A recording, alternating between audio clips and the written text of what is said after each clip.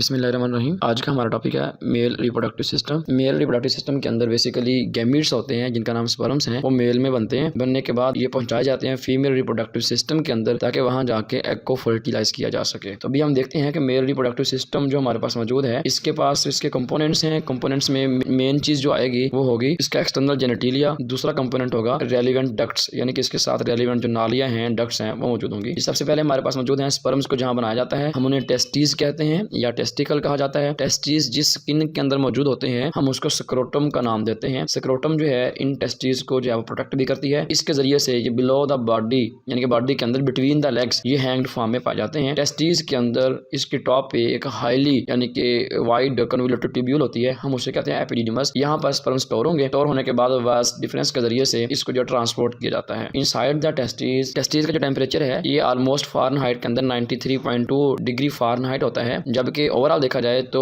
Human body की निस्बत ये 2 to 3 डिग्री सेंटीग्रेड इसका टेम्परेचर कम रखा जाता है। बिकॉज स्पर्म प्रोडक्शन के लिए ऑप्टिमम टेम्परेचर नीडेड होता है वो बिलो देन बॉडी होता है। इसी वजह से टेस्टिस को बॉडी के अंदर नहीं बॉडी से बाहर बनाया गया है, यानी कि हैंग फॉर्म में ये मौजूद होते हैं। तो फ़ारेनहाइट के लिहाज से टेम्परेचर हमारे पास है 93.2 डिग्री फ़ारेनहाइट। टेस्टिस के अंदर लोब्यूल्स की फॉर्म में हमारे पास हाईली कन्वोल्यूटेड ट्यूब्यूल्स मौजूद हैं, हम उनको नाम देते हैं सेमिनिफेरस ट्यूब्यूल्स। उनके ये लोब्यूल्स बने होते हैं, ऑलमोस्ट 250 to 300 तक के लोब्यूल्स पाए जाते हैं। स्पर्म्स जो हैं लोब्यूल्स में प्रोड्यूस होने के बाद जाकर एपिडिडीमस में स्टोर हो जाते हैं। वहां से ये ट्रेवल करते हैं वास डिफरेंस में, यानी कि जब इनकी इजैकुलेशन होनी होती है, बॉडी से बाहर इनकी इंजेक्शन होनी है, तो ये वास डिफरेंस के जरिए से ट्रांसपोर्ट हो जाएंगे, यूरिनरी ब्लैडर की तरफ जाते हैं। वहां पर जाके एक मौजूद है सेमिनल वेजिकल, वहां से प्रोडक्शन होनी है सीमन की। इस वजह से इसका नाम क्या होता है सेमिनल वेजिकल। स्पर्म्स वहां से गुजरेंगे तो साथ सेमिनल वेजिकल अपनी सिक्रीशन जो है वो ऐड कर देती है और फिर वहां से यूरिथ्रा के अंदर ये ऐड हो जाते हैं, यूरिथ्रा के अंदर ट्रांसपोर्ट हो जाएंगे, वहां से ये बॉडी से बाहर रिलीज कर दी जाएंगे। सेमिनल वेजिकल है, ये सिक्रीशन करेगी, उसमें शुगर्स होती हैं और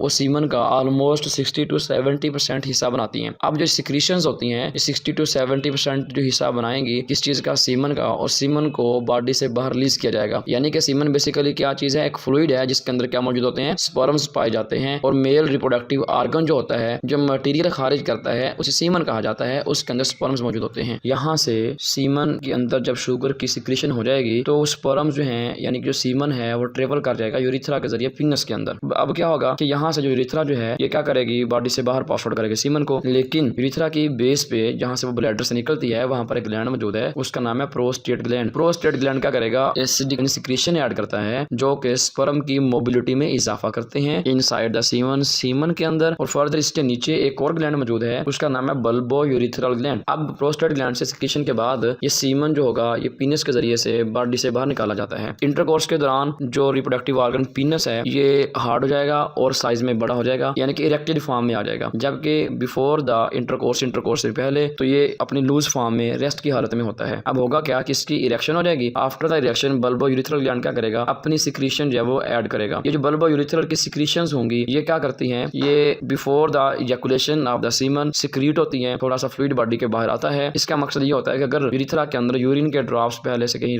ठहरे हुए हैं उनको बॉडी से बाहर निकाल दिया जाए। अब क्या होगा कि ये इसके पीछे स्पर्म्स आ जाएंगे और स्पर्म्स की मूवमेंट को ये इनहांस कर देगा, यानी कि सीमन जो है इजीली बॉडी से बाहर पास आउट हो जाएगा। और जैसे ही ये बॉडी से बाहर पास आउट होगा एक्चुअली ये फीमेल की वजाइना के अंदर जो ट्रांसपोर्ट कर दी जाता है या इनको वहां पर रिलीज किया जाएगा ताकि ये एग को जाके फर्टिलाइज कर सके।